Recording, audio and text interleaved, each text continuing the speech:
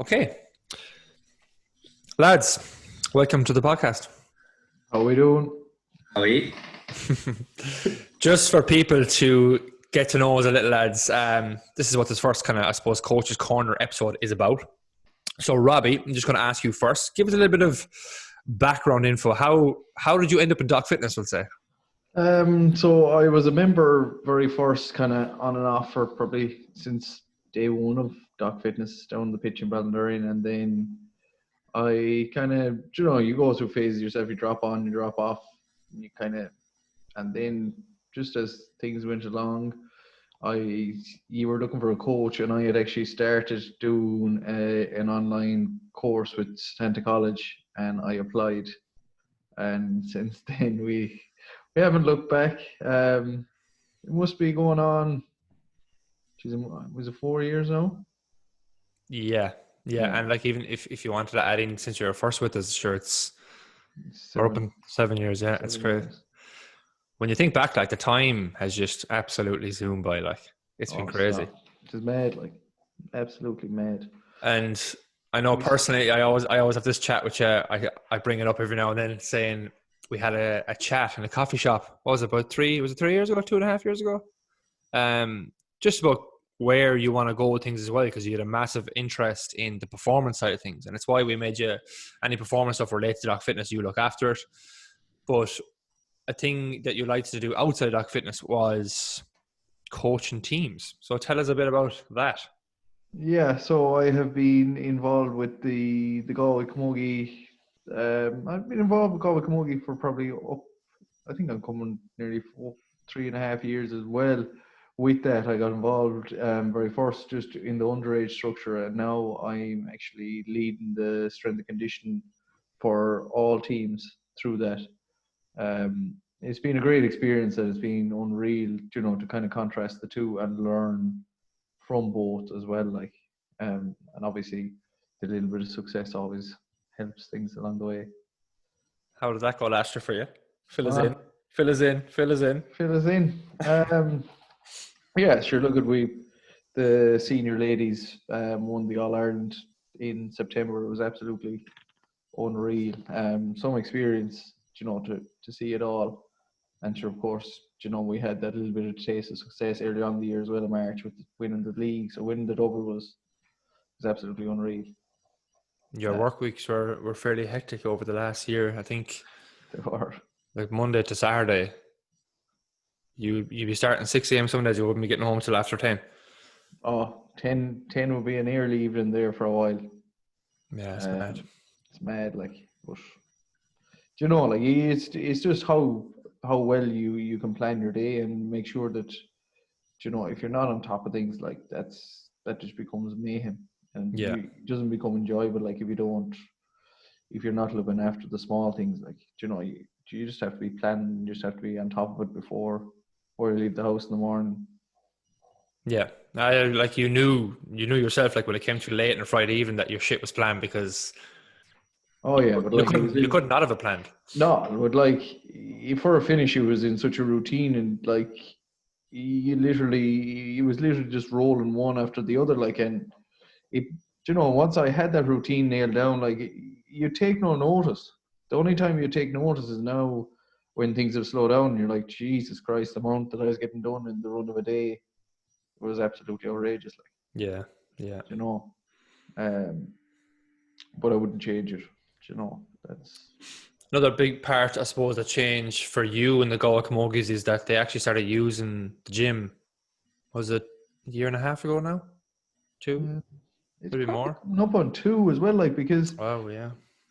It was something that it was never consistent, and it was never kind of, it was like a lot of the kind of GA programs where you do, your 6 or 8 weeks at maybe the end of December and start of January, and that was kind of it. Like, but like, it was one big massive thing that I wanted to push when I started, and it was one thing I said when I started, that they had to be doing it kind of consistently throughout the year. Like, like, and you have seen it, going in and out. Like, you'd see, you're going to see a lot more of the girls in fucking November, December, fucking January. But like, then as the year went on, you'd kind of, it depended on what's going on. You'd see them a little bit less, you'd see them a little bit more week on week. But like that was a big part of my kind of plan and preparation as well, that, you know, that I fed that back to them, that, you know, you didn't have to be here 3 days a week when you had a game at the weekend, or you didn't have, you know, they might only did one day, but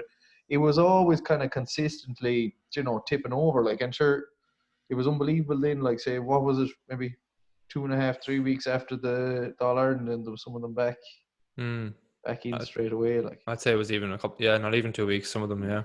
You know, but that was just habit, that was just routine, and, you know, it was part of their lifestyle now, like, and still is. Like, some of them, you know, some of them are just dying to get back to the gym. Others, you know, are enjoying kind of being away from it for a small while, because they've been involved in camogie for a long time. But, you know, everybody's looking forward to getting back. And just circling back around then to your current role in Doc Fitness. So where are you now, we'll say, as a coach?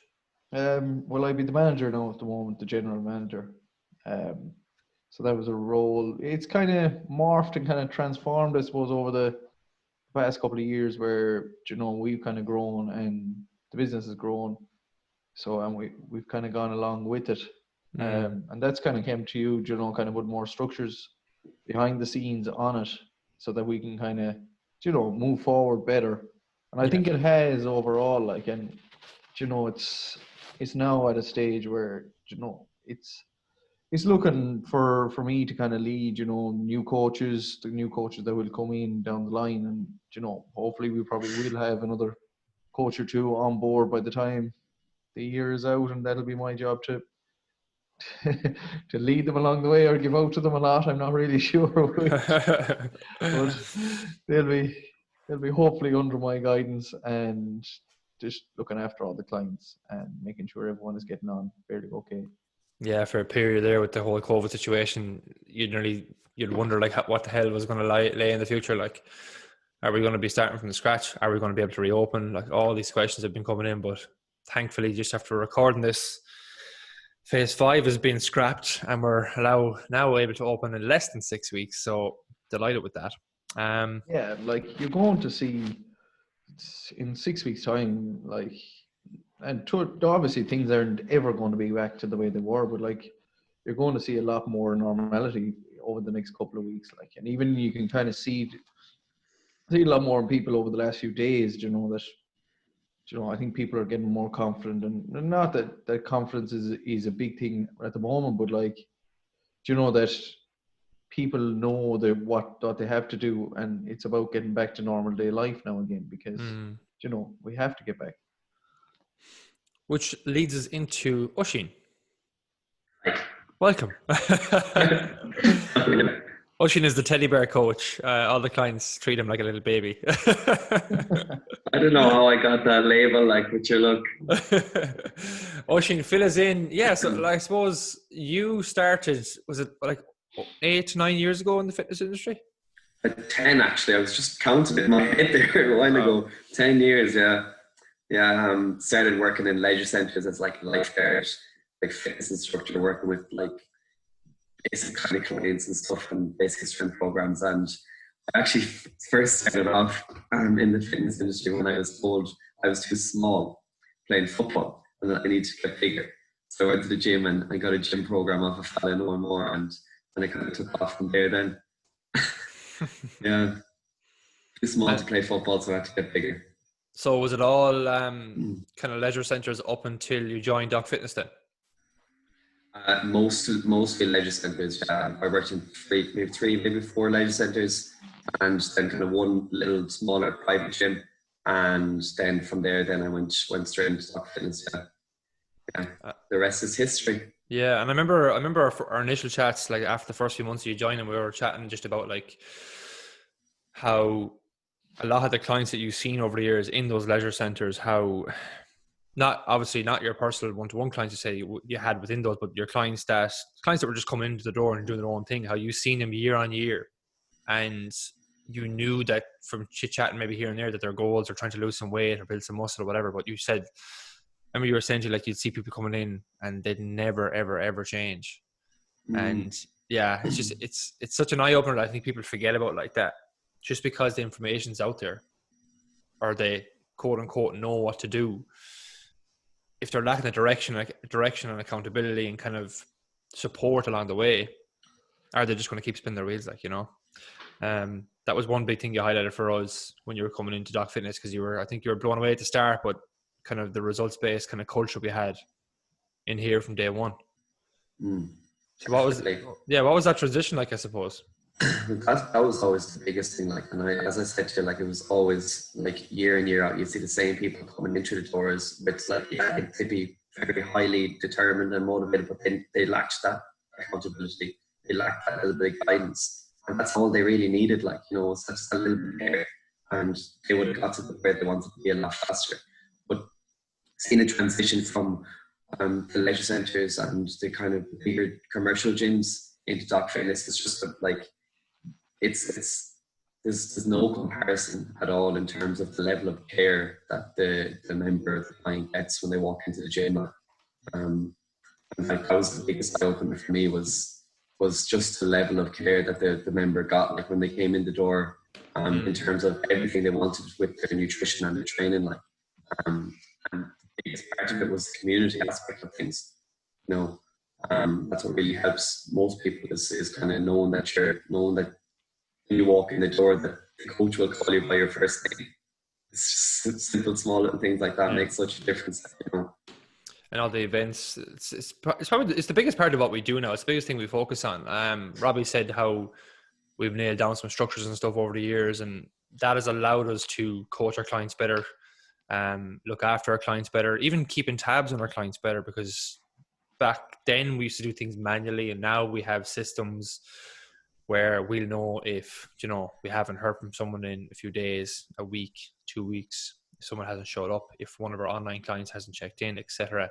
We have all these systems in place to do that, like, but that is the biggest part of what we do. Like, client care probably is our number one priority. And yeah, I suppose I don't think a lot of people know that, looking from the inside in. Like, even for big challenge that we were trying to do over the last year for all our clients, our online clients and our clients in Kilcolligan, was trying to bring everything together and get more online clients involved with, whether it's a virtual event right now during COVID or meeting up for events throughout the year. Yeah, brilliant. So I suppose this leads us into a couple of questions we've got in, lads, over the last week. Where would I start? Yeah, I'll start with the first one that's written down here on the page, and it was the one that was brought up through our members' chats around what books we are reading right now. So, Robbie, I'm going to pose that question to you first. What are you currently reading? I'm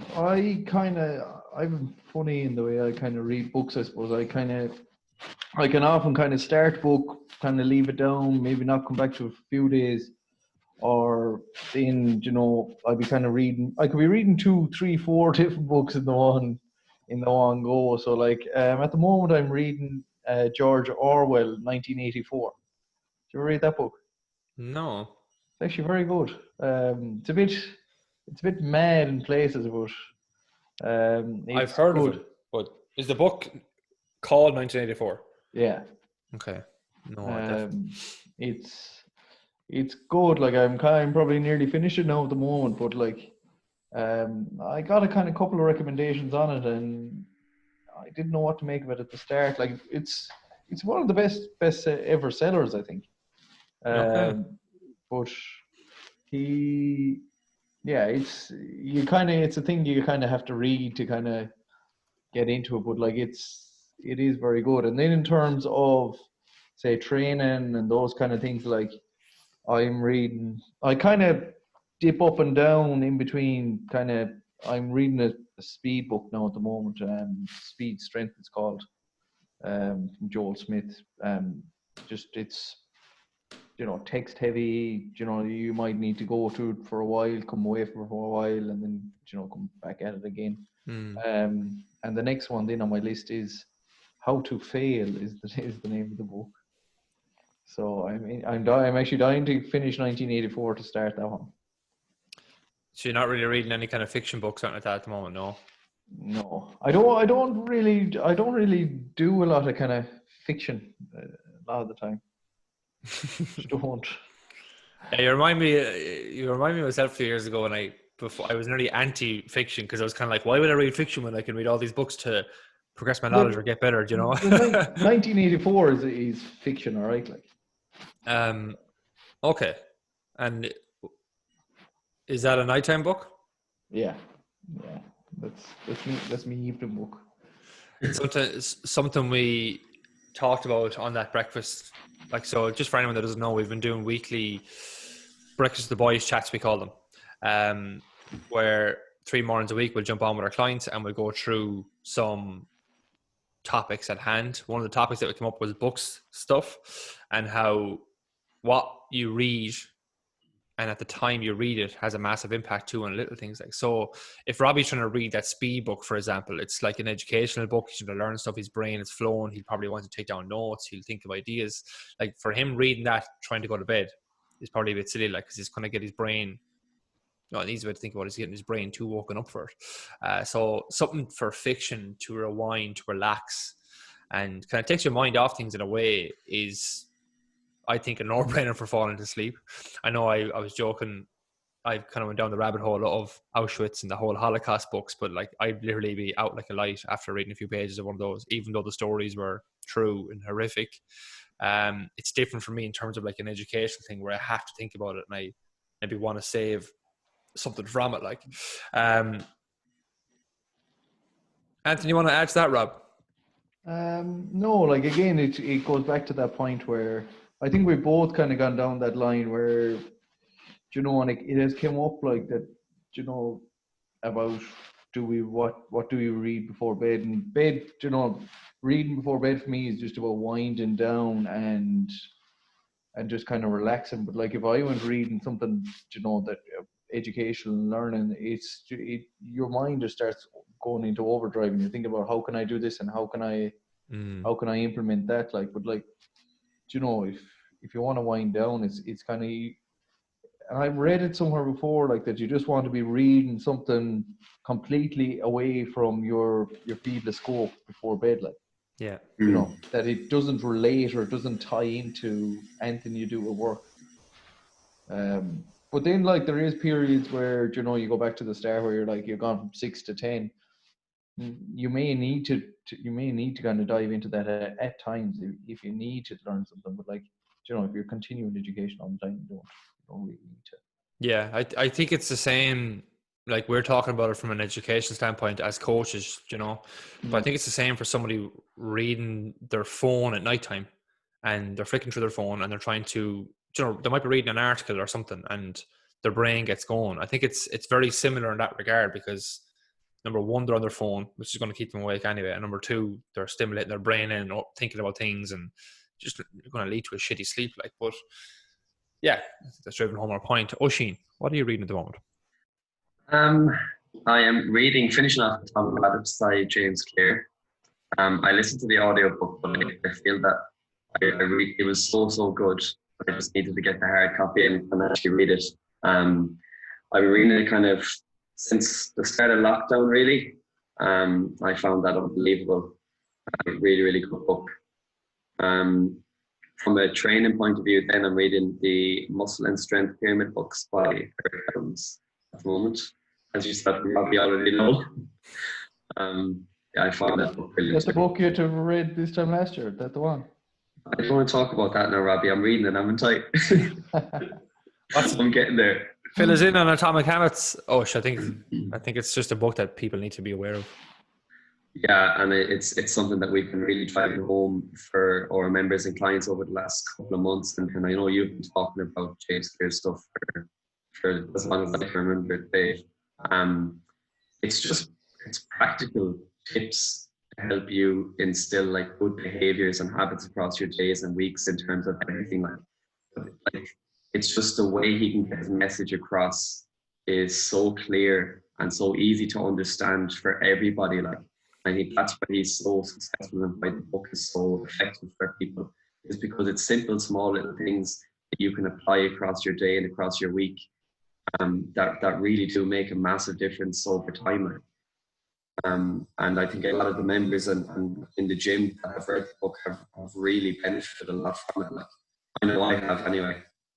Yeah, Definitely. it forms a large part of, and it always had. It's why I resonated so much when I read it first. It's like when I read it first, and when I came across his website, if you ever go on his website, jamesclear.com, I think it is, unbelievable articles and not crazy long either. So it's good for people with low attention spans, and it's like the book in like little tidbits on his website. I think his whole book is actually in his articles as well, but it's just, it hit home so much in how we coach our actual clients, like taking things one step at a time, how to break down kind of old shitty habits that are not conclusive to where we want to go versus how to build up the ones that we probably need or probably need to get better at, and doing that in a kind of practical standpoint. Because one thing we used to always say is like, let's just say if I put you and Robbie on a plan or something like that to drop body fat, and Robbie goes at it 100% all in, and you just change a few small little things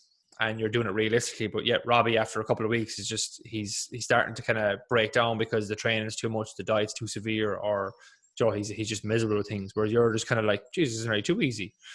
But yet at the end of a 4 or 5 week period, you both have the same results. Sometimes I pose that question to people, like, is which route would you like to take? If you're both going to get the same end result, but these are the two options you can go about it. But the problem is most people go about the way that, quote unquote, this scenario Robbie would go about it, or restrictive dieting or some daft diet or some daft training plan. They come to the end of it, they go back to what their normal patterns are, and they just put back on the weight, like, because they've actually learned nothing. They haven't changed behaviors and habits at the core. So it's a book I've recommended numerous times in this podcast as well. James Clear, Atomic Habits. If you haven't read it, it's probably one book that we'd recommend everyone to read, because it applies to everyone does habits. Everyone has habits. If you want to get better at something, or if you want to break down old habits.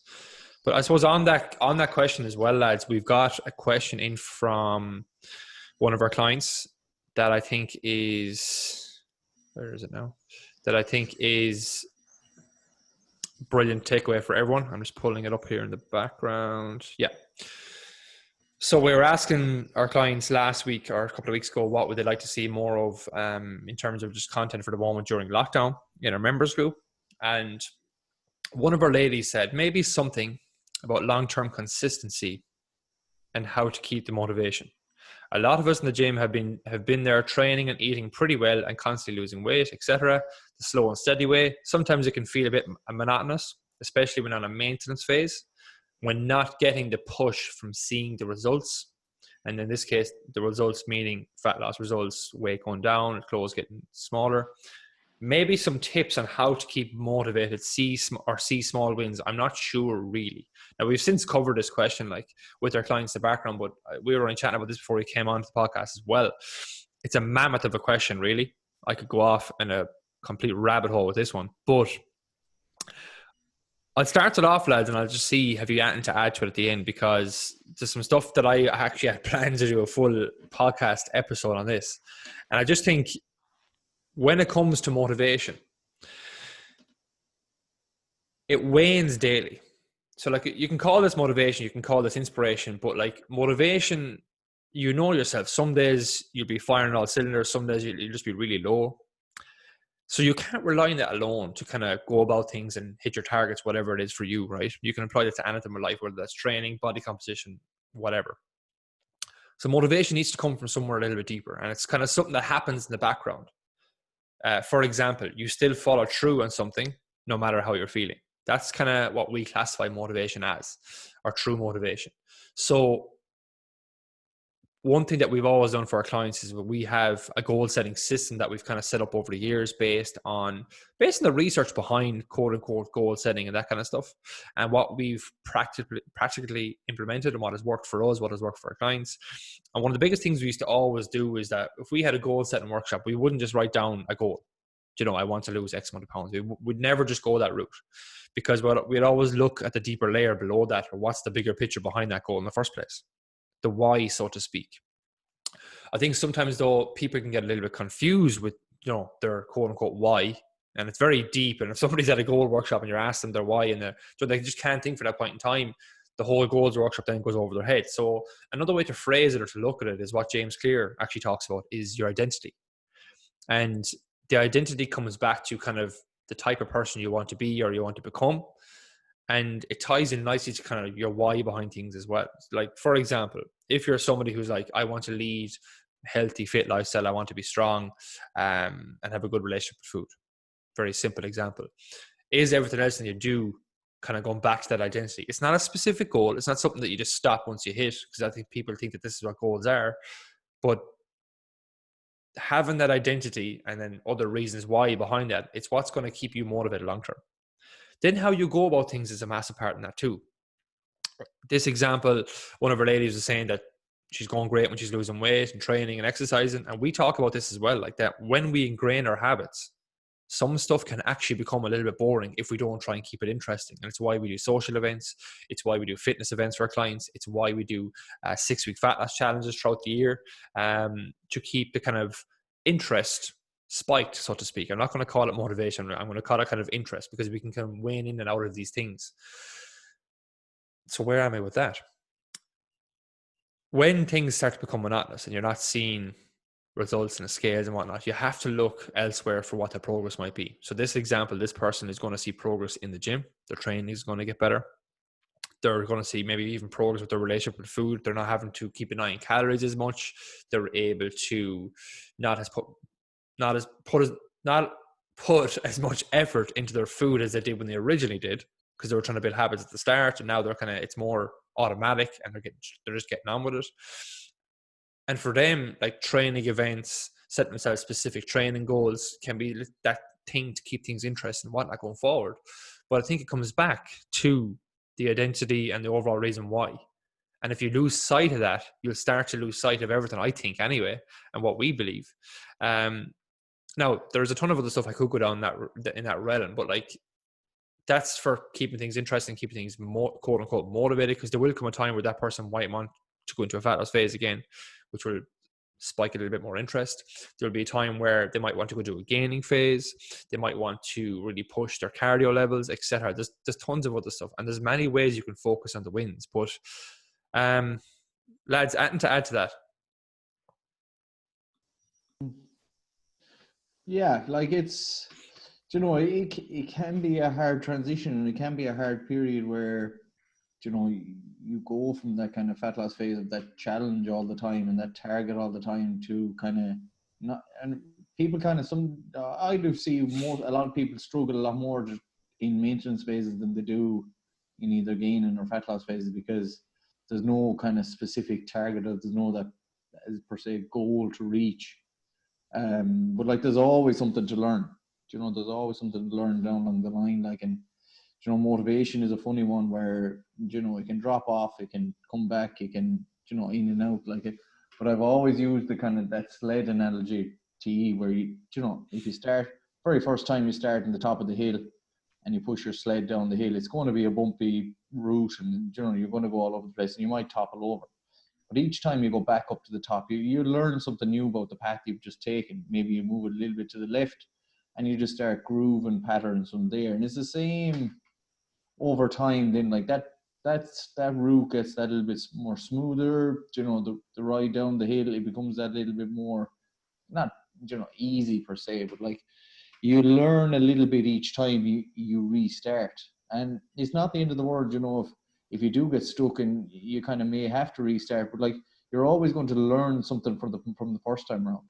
And it probably goes back a little bit to that book where How to Fail is the name of the book, but I'm presuming it's going to be something kind of similar along those lines, that you learn from a mistake you made, and you probably won't implement it again, or if you do make the mistake again, you won't make it as bad, and you will learn from it. Like it doesn't be the end of the world if things don't work out the first time around.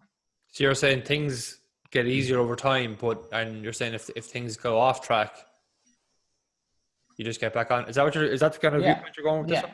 Yeah, like so, like you don't, if you're trying to be in a maintenance phase and all of a sudden the weight starts creeping up that little bit, like you can always go back around, reassess what's happening, and learn from what you have done wrong and what you may have done wrong. Oh yeah, brilliant. And in terms of things feeling monotonous, do you think I've covered things enough, or would you add it into the monotonous side of, we'll say, training, nutrition when it does get to that stage? Because it does for people, like, and that's good. I think that's, people need to realize that that's a positive thing. Like that, the fact you have things so nailed down that it's like, oh, what do I do now? It's getting a bit boring. Yeah, again, but that kind of probably comes back to a lot of, routine and habits again, and it's a funny one, and it is a hard one when it does come about that you don't really know what to do with yourself when you have that good routine and then good habits. I think people are always looking for something more too. Like, they think that hardness needs to be involved. They think that diets need to be hard, training needs to be hard, or super hard all the time. Like, but I suppose for me and for what we've done, like we tried to tackle this over the last couple of years, and it's why we brought in like things like the Doc Fitness Games, the Fat Loss Challenge, internal Fat Loss Challenges, little mini fitness challenges here and there, because it keeps interest flowing, and we've a good community of people to kind of bounce off one another as well. So I suppose for somebody that's on their own kind of training away in a gym, it can be hard because you don't have that support network or these challenges to get involved with. Like, but I suppose if anything, once that things do feel quote unquote a bit boring, obviously it might be time to mix things up a little bit, but it's also a positive thing at the same time. So don't forget that. Like, Oisin, anything to add to that? Yeah, I think like a lot of us are like, it's an all or nothing approach when it comes to a lot of things with some people, in terms of your personality, and in the maintenance phase that doesn't kind of really apply as such. So it's better just trying to find that balance more than anything else, and that can be sometimes hard to find. But yeah, no, I've nothing really else to cover on that. I think the two of you have covered that well. Brilliant. Next question I have, lads, is workout shoes. So specifically talking, not for running, for the gym. We had two on this actually. What should I look for was the first one, and the second one was more or less the same thing. What should I look for? Are our companies blatantly pulling the piss? Is what the question was. Meaning that are gym shoes actually worth it? So who wants to take this one? Oisin, you smile first. Off you go. Just laughing. Companies, I mean, I'm not taking the piss. I mean, I think an all-around good gym shoe, Doc, you have the Nike Metcons. You find them brilliant, don't you? Yeah. Why? They're solid in my foot. There's a slight heel raise in them, so it helps with mobility with things like squats and whatnot. And your foot is not going to be sliding out over the shop on it. And that's pretty much it, really. I can deadlift in them, I can squat in them, I can train as normal in them. So that's why they're so good. They're an all-round kind of shoe. Yeah. I suppose when it comes to the gym, you don't want to be wearing running specific shoes with the big massive, I suppose, support, because it's just too much support. You have instability in the ankles and stuff like that. So the Nike Metcons were always a great one because they just give that all roundness more than anything else. Yeah, but I think what you're kind of saying there is like you don't want that. Well, I think a lot of them term it as that cushioned support, don't they? Yeah, but like we've seen with people, in the gym that have those kind of cushioned running shoes that often we get them actually to take off the shoes. Yeah. It's just because they're built for one thing, and they're built for running, and they're built for that road running, really, like, to take that impact. But like when you're looking for stability through your foot and ankle, they're a totally different animal altogether, really. Like that's why if people have ever seen like Converse and Vans being recommended as kind of quote unquote gym shoes, is because they're really solid in your foot, and they are a flat sole. So for like things like deadlifts and just general non-jumpy stuff, I would say around the gym, they're grand. But when it comes to jumping and squatting and stuff, probably not going to be the best thing for you, because most people do have restrictions in the ankles, which is why a slight heel raise is beneficial in those kind of Metcon shoes. But like any CrossFit style shoe as well, Nike, Metcon, Reebok. Is there any other ones I'm missing? But that's kind of what to look for, really. Like they range from probably 90 quid up to 200 quid and beyond. Then you have Olympic lifting shoes, which are basically that on another level, specifically made for like squats, Olympic lifting style stuff. But 95% of people don't bother to need them unless they love their squats like me and just wants to buy them because they can.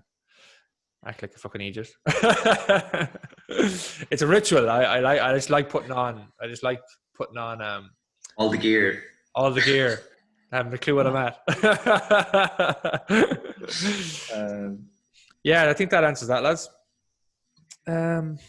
Next one. Mandy actually asked this one. I wasn't going to bother throwing it in, but throwing it in for the crack because I've never actually got this before. I was flicking back to find the original question. I couldn't find it, but I remember what it was. And she said, basically, how do you put up with us idiots, meaning the Doc Fitness clients, when you're feeling, I think she said when you're feeling like shit, but basically when you're not firing on all cylinders, how do we put up with clients, she said. Putting you on the spot here, Robbie. Well, I suppose my low tolerance level doesn't it does be a little bit shorter. I'd be funny where I'd be kind of very to the point and very I wouldn't really take much shite a lot of the time. There's a lot of banter that goes on in Doc Fitness. For anyone who doesn't know, it's a lot of I think it's lot of banter. The fact that like we're all kind of completely different. Like always the running joke is like if there's only one session going on at the time in the gym and I'm there and Ushin's not there, like it's like, oh Jesus Christ, what the fuck are you doing here? No, it's that kind of way. But it's I think Mandy's approaching this question from the realm of like, if somebody's feeling like they're just like meh, and they're going to work, how do they put on a show for co-workers and stuff? I think that's the angle she's putting it from. So like, if I'm wrecked tired and I'm going in and I have to provide a ton of energy, how do we do it? But I don't really have an answer for it, like, because we just do it. Like you can't. It's part of our core values. Like our clients are coming to us to leave on a better note, to get a better experience, and for a lot of people to probably escape from home life as well, and even little things like that. So like we've said it since day one, we want to be the best part of their day. Like as cringy as it might sound, we do. And we want to leave clients better off from when they walked in the door. So no matter how we're feeling, our emotions and stuff do not come into it. But it makes an awful difference if you enjoy what you're doing. Like. Oh, massive. Yeah. That's first and foremost. Like if it's a job where you're going into in the morning and the first thing you do when you open your eyes is you hate the thoughts of going, like. Like I couldn't think of anything worse. Like, yeah, and I know it's easy for me to say, like, but like there is people who absolutely despise their jobs but they need those jobs. But like the other side of that is like, do you do anything about it? Yeah. Often we talk about, is there elements of your work that you can make better even for yourself, like, or how you mentally approach things, like, because if you're going in and you're getting triggered by X, Y, and Z into your day job, whatever it is, the only person that's kind of suffering from that is you, like in your head, So if you can mentally approach things better for yourself, and I don't think we'll bother getting into that rabbit hole because there's too much stuff we get into talking about. I think you just improve things, like. But Oisin, anything to add? No, like again, as Robbie said, it comes back to like actually just loving what you do. But like we have to give our clientele and our members a bit of credit there, because they definitely lift our spirits a lot of the time too. Like, and they make our lives a lot easier because we've got such a tight-knit community. Like, and everyone gets on and it's just great cracking there all the time. Like, Yeah, definitely. It makes it so much easier. Oisin, what's the biggest food myth you've ever heard? Don't eat carbs after 6. Is it true? Yeah. No, I think that was one of the biggest ones in the early days. Is everyone going around asking like, why can't we eat carbohydrates after 6 o'clock? And am I going to get fat if I eat carbs after 6? That one always just stuck in my head, like from hearing it in gyms. Yeah. Like, lads, you wouldn't think of the stuff I've heard in commercial gyms. Like, I've heard some of it. Yeah, I've heard my fair share. The carbs up to 6 thing is still lingering in some people's heads. They mightn't say it's 6 p.m., but they still think carbs in the evening are bad. There's just this magic time where carbs turn into food that if you eat in the evening, it's bad for you. Like, if that was the case, I'd be screwed from all the popcorn and chocolate I do eat in the evenings.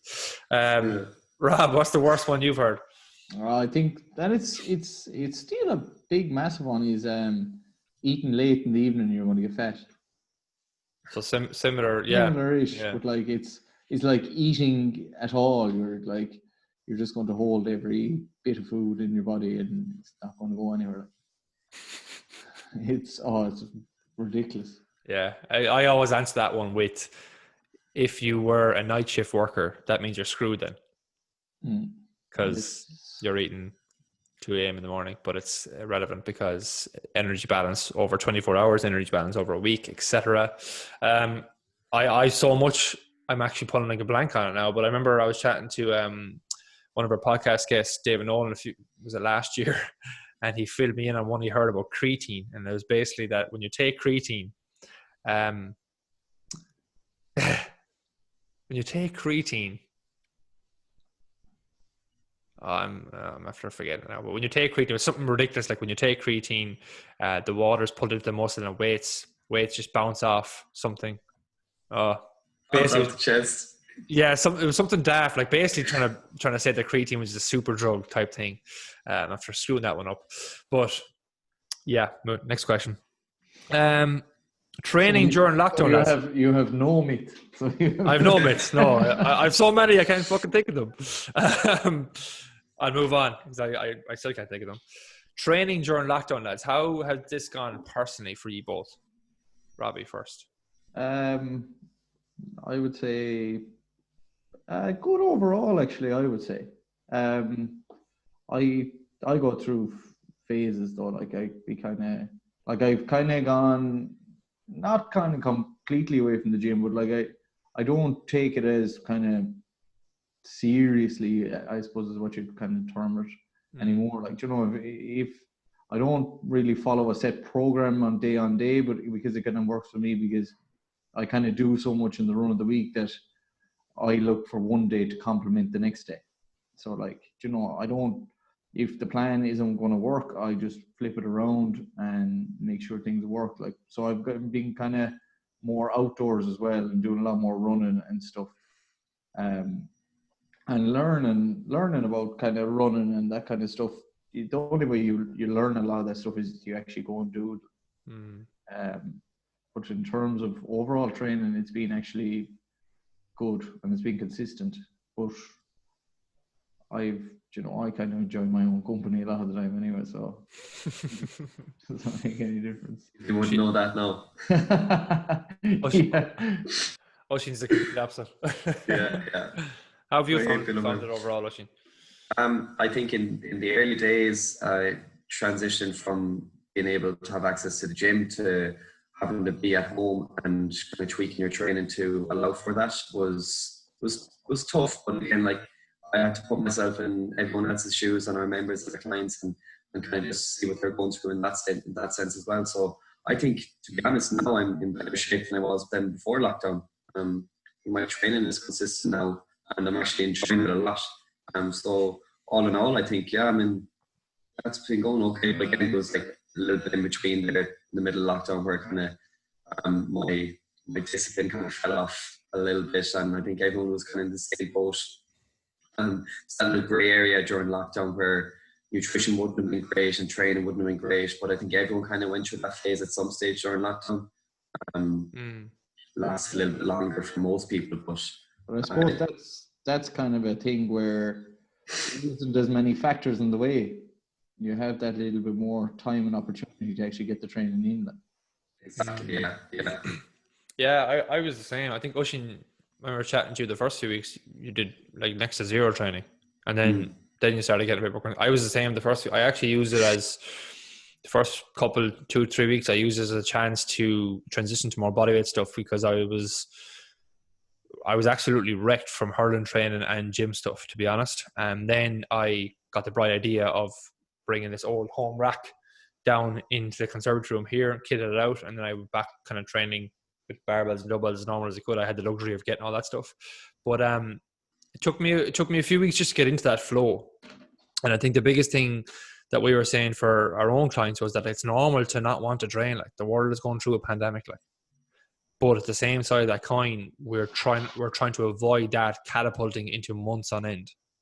So if there's a couple of weeks where you didn't train, or 4 or 5 weeks you didn't train, grand. But still, let's try and see now, can we start to do something and work from there? And I hate using the term get back on track, but it's kind of what I'm looking for here, is just to say, like, let's just get back doing something and we'll build on it from there. Like, and that's the approach we've taken for a lot of our clients. And some clients have gone from doing bodyweight stuff at home to getting resistance band off us, to getting onto us to get equipment loaned out for a few weeks, and now they're doing more training than ever. Like, but for a lot, it took a long time to get to that level, and I know myself included, I did as well, because usually I'd love this time to belt on and train more, but just headspace just wasn't in the range for it. Like, and even though looking from the outside in, people would have been probably looking, and maybe if they follow my Instagram, I throw up a few training videos every now and then, they'd be thinking, oh, what are you talking about? You're training the whole time. It might look like that, but for me, it wasn't. And based on my own standards, like, so that's kind of where you have to take that with a pinch of salt at the same time. But taking days off, taking weeks off is fine. But I just say trying to let those weeks catapult into months, which end up getting you into a negative kind of funk then, like, and it's just something that you want to avoid. Gents, thanks for coming on for the first episode. I think we've covered a nice bit there for our first one. We could stay waffling on if we wanted to, but I won't. We'll save some ammo for our next episode. But any closing remarks, Oisin O'Malley? Don't eat carbs after 6. Robbie? No, good luck. Guys, if you want to follow us individually, not just the gym page, you'll see I'll put our Instagram links in the show notes for this episode. But if you are following our Doc Fitness gym page on Instagram, we're always tagging coaches the post, because Robbie, you share some stuff around speed and strength training more specific to performance stuff. I share more stuff around kind of my own current training and more muscle building stuff. Oisin just shares himself drinking pints. And I think that's about it, really. Good luck. Thanks, lads. Chat to you soon. See you later.